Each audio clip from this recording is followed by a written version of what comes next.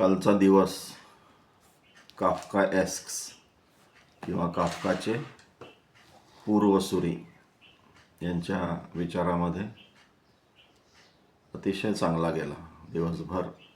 म्हणजे मी सकाळी हे जे वाचन करतो, सकाळी माझा चेहरा पाहून तुमचा दिवस कसा जातो मला नाही सांगता येणार, पण माझा स्वतःचा दिवस ह्या अशा काही काल जे म्हणालो मी स्पार्क ज्या ठिणग्या या वाचनामुळे पडतात, तर ती एखादी ठिणगी ही काहीतरी आतमध्ये पेटवते आणि त्यामध्ये त्या विचारांमध्ये दिवस माझा चांगला जातो.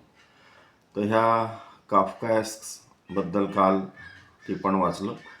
आजचं दुसरं टिपण आहे काफ्काचा द व्हल्चर. ज्या साहित्य कृतीवर 11 वर्षे निष्ठेने आणि काळजीपूर्वक काम केले होते त्या आयनीतचे AENEID त्या आयनीतचे अपूर्ण हस्तलिखित व्हर्जिलने मृत्यू समीप आला तेव्हा आपल्या मित्रांना जाळून राख करण्यास सांगितले हे सर्व श्रुत आहे. आपली नाटके संकलित करून त्यांचे पुस्तक काढण्याचा शेक्सपियरने कधी विचार केला नव्हता. ज्या कथा आणि कादंबऱ्यांमुळे त्याच्या लौकिकावर शिक्कामोर्तब होणार होते ते त्याचे साहित्य काफ्काने मॅक्स ब्रॉड याला नष्ट करायला सांगितले होते. माझी गल्लत होत नसेल तर या लक्षणीय घटनांमधील परस्पर संबंध भ्रामक आहे.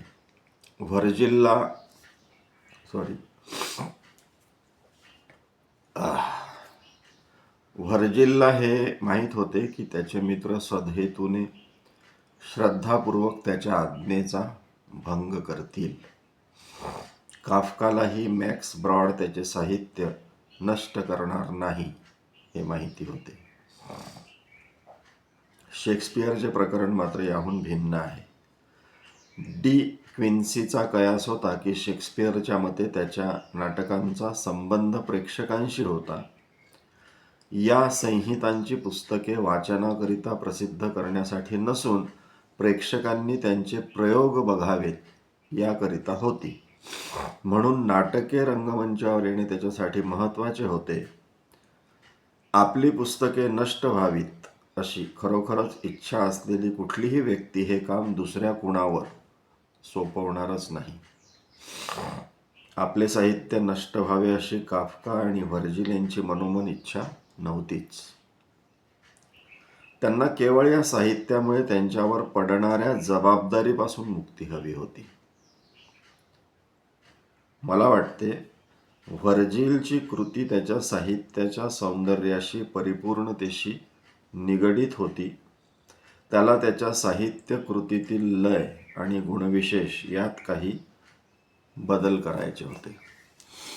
काफ्काचे प्रकरण याहून अधिक गुंतागुंतीचे आहे. व्यक्तीचा ईश्वराशी असलेला नैतिक संबंध हा विषय असलेली नीतिकथा अथवा अशा कथांची शृंखला आणि ईश्वराचे अनाकलनीय विश्व अशी काफ्काच्या साहित्याची व्याख्या करता येईल. असे समकालीन परिप्रेक्ष्य असले तरीही काफ्का ज्याला आधुनिक साहित्य म्हणतो त्याहून बुक ऑफ जॉबच्या अधिक निकट आहे. धार्मिक, विशेषतः जीवधर्माचा सद्भाव हा त्याच्या साहित्याचा पाया आहे.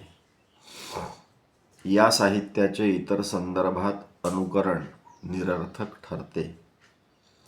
काफ्कासाठी साहित्य निर्मिती ही श्रद्धापूर्वक करावयाची कृती होती आणि त्याला समस्त मानवजातीला नाउमेदही होऊ द्यायचे नव्हते. या कारणांमुळे त्याने त्याच्या मित्राला त्याचे साहित्य नष्ट करण्यास सांगितले. यामागे इतरही काही कारणे असावीत अशी शंका घ्यायला वाव आहे. काफ्का केवळ दुःस्वप्ने बघू शकत होता. वास्तव अशा दुःस्वप्नांना सातत्याने जन्म देते हे त्याला माहिती होते. त्याचवेळी दिरंगाईचे परिणाम किती भयावह असू शकतात याचीही त्याला जाणीव होती. ही जाणीव त्याच्या सर्व पुस्तकांत दिसून येते. दुःख, वेदना आणि दिरंगाई या दोहोंचा त्याला अपार क्षीण आला होता. काही पाने का होईना पण आनंददायी असणारे लिखाण करायला त्याने पसंती दिली असती, मात्र त्याचा आत्मसन्मान अशा बनावटी निर्मितीची परवानगी त्याला देणे शक्य नव्हते. हे पुन्हा वाचू का वाक्य? दुःख, वेदना आणि दिरंगाई या दोहोंचा त्याला अपार क्षीण आला होता. काही पाने का होईना पण आनंददायी असणारे लिखाण करायला त्याने पसंती दिली असती, मात्र त्याचा आत्मसन्मान अशा बनावटी निर्मितीची परवानगी देणे शक्य नव्हते. एका व्यावसायिक आधुनिक प्रकाशन संस्थेने प्रसिद्ध केलेले काफकाचे साहित्य मी 1917 साली वाचले. काफकाच्या साहित्याचे माझे हे पहिले वाचन मी कधीच विसरू शकणार नाही.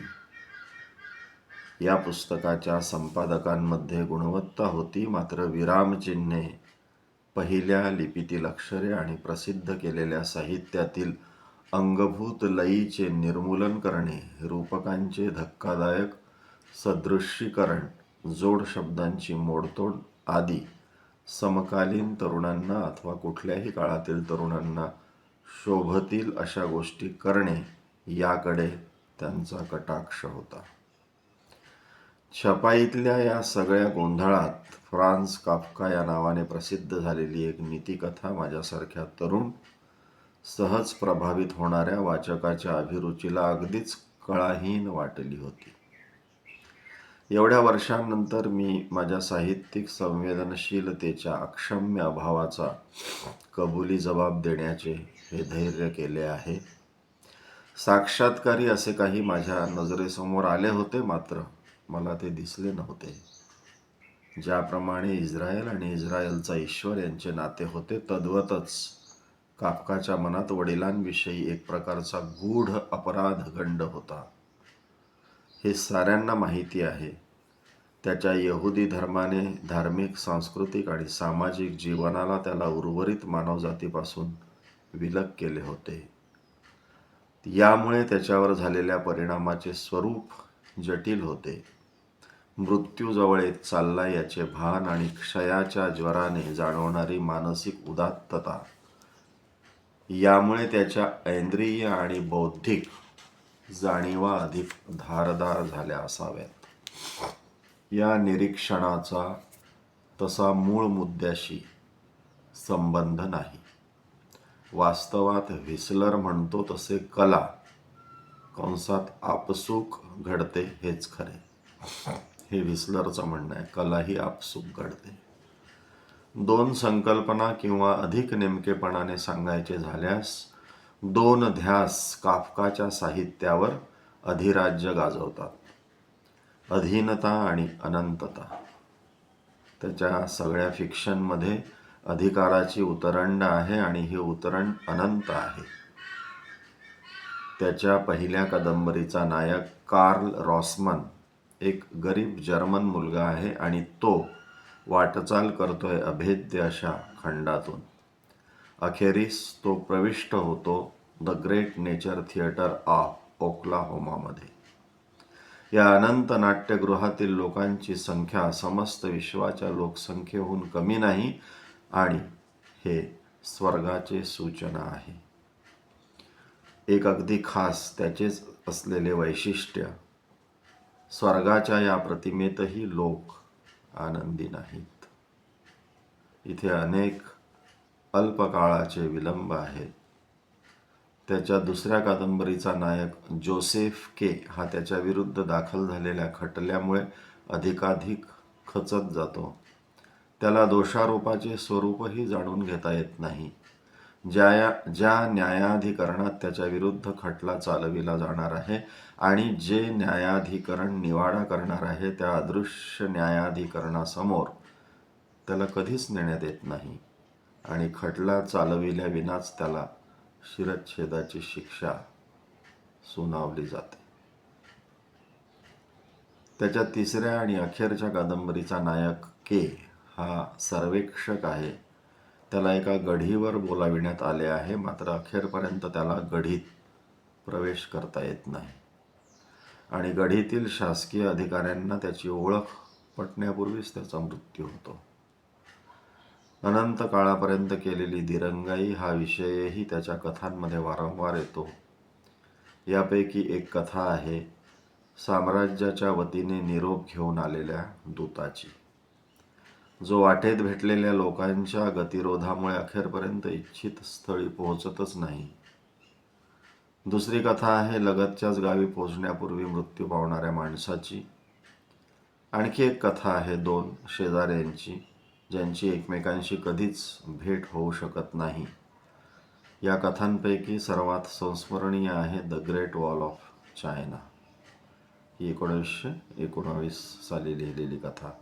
या कथेतील अनंतता बहुपदरी आहे. या कथेत मोजता येणार नाही एवढ्या अंतरावर असलेल्या सैन्याची आगेकूच रोखायची आहे.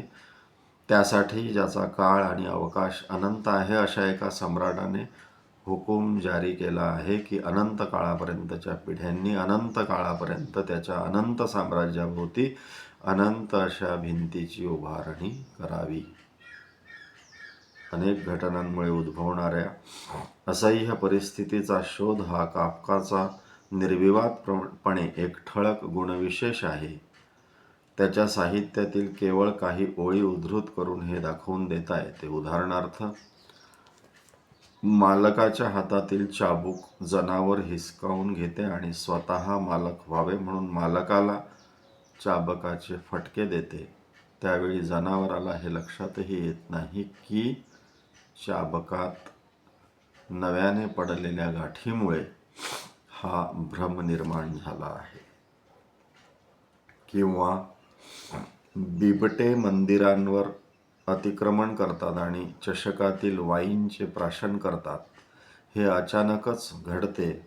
अखेरीस हे असेच होणार हे स्पष्ट दिसत होते, म्हणूनच याचा धार्मिक विधीत समावेश करण्यात आला.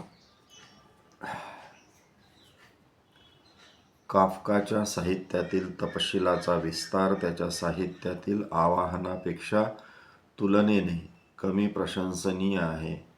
त्याच्या साहित्यातील माणूस होमो डोमेस्टिकस आहे, पुरेपूर जर्मन आणि पुरेपूर ज्यूइश असणाऱ्याची आकांक्षा असलेला. मग ती जागा कितीही साधारण का असेना, मात्र तिथे सुव्यवस्था हवी असलेला, विश्वात धर्माज्ञेचे पालन होते अशा ठिकाणी, मनोरुग्णांच्या आश्रयालयात, कारावासात, नीतिकथेचे उत्क्रांत होत जाणे अथवा मानसशास्त्रीय दृष्ट्या कथेची खोली याहून अधिक महत्त्वाचे आणि आवश्यक आहे ते कथानक आणि त्याभोवतीची परिस्थिती. त्यामुळे त्याच्या कथा त्याच्या कादंबऱ्यांपेक्षा सरस ठरतात आणि असे ठामपणे म्हणता येते की कथांच्या संकलनाच्या आधारे या अनन्यसाधारण लेखकाची उंची मोजता येणे शक्य आहे. हे 1979 साली होर्हे लुई बोर्हेस यांनी सिलेक्टेड नॉन फिक्शन याच्यात संग्रहित झालेलं हे टिपण होतं. कालचं काफकाचे पूर्वसुरी याविषयी ही अशी दोन महत्त्वाची टिपणं या पुस्तकामध्ये, अर्थातच अक्षरांचा संघ महेश्वर लवेकर यांच्या ह्या पुस्तकामध्ये वारंवार वाचावी, विचार करावा. आणि म्हणजे आता या वाचनात माझ्या असं लक्षात आलं की पुन्हा एकदा गंभीरपणे हे सगळं बारकाईने वाचून काही काही गोष्टींचा अर्थ समजून घ्यावा लागणार आहे. यातल्या काही ते एका वाचनामध्ये शक्य नाही, हे कदाचित तुम्हालाही ऐकताना जाणवलं असेल. याला संदर्भ टिपा द व्हल्चर 1917 ते 1923 या काळात काफकाने लिहिलेली कथा ही संदर्भ टीप म्हणून इथे वापरली आहे. आणि homo domestic man, human condition by the built environment. आता हे कोणाचं आहे माहीत नाही, पण संदर्भाला हे domestic man, human condition by the built environment हे मिळवून वाचावं लागेल, कारण हे वेगळं प्रकरण दिसते. जसं काल मी कुठेतरी ऐकलं की आपण कोण असतो, तर आपण आपली बायोलॉजिकल कंडिशन म्हणजे आपण असतो. तसं हे आपण कोण असतो, तर आपलं एन्व्हायरमेंट, आपल्या भोवती असलेलं, त्याने कंडिशन झालेलं असतो. ही एक डोमेस्टिक मॅन हा एक महत्त्वाचा निबंध किंवा पुस्तक दिसते आहे. हे कुणाचं आहे काय, जर कुणाला माहीत झालं तर कमेंटमध्ये जरूर कळवा. अर्थात लव्हेकर सांगतीलच. तर संदर्भ टिपामध्ये ह्या 2 महत्त्वाच्या गोष्टी, म्हणजे हे 2च संदर्भ घेतलेले आहेत या टिपणासाठी.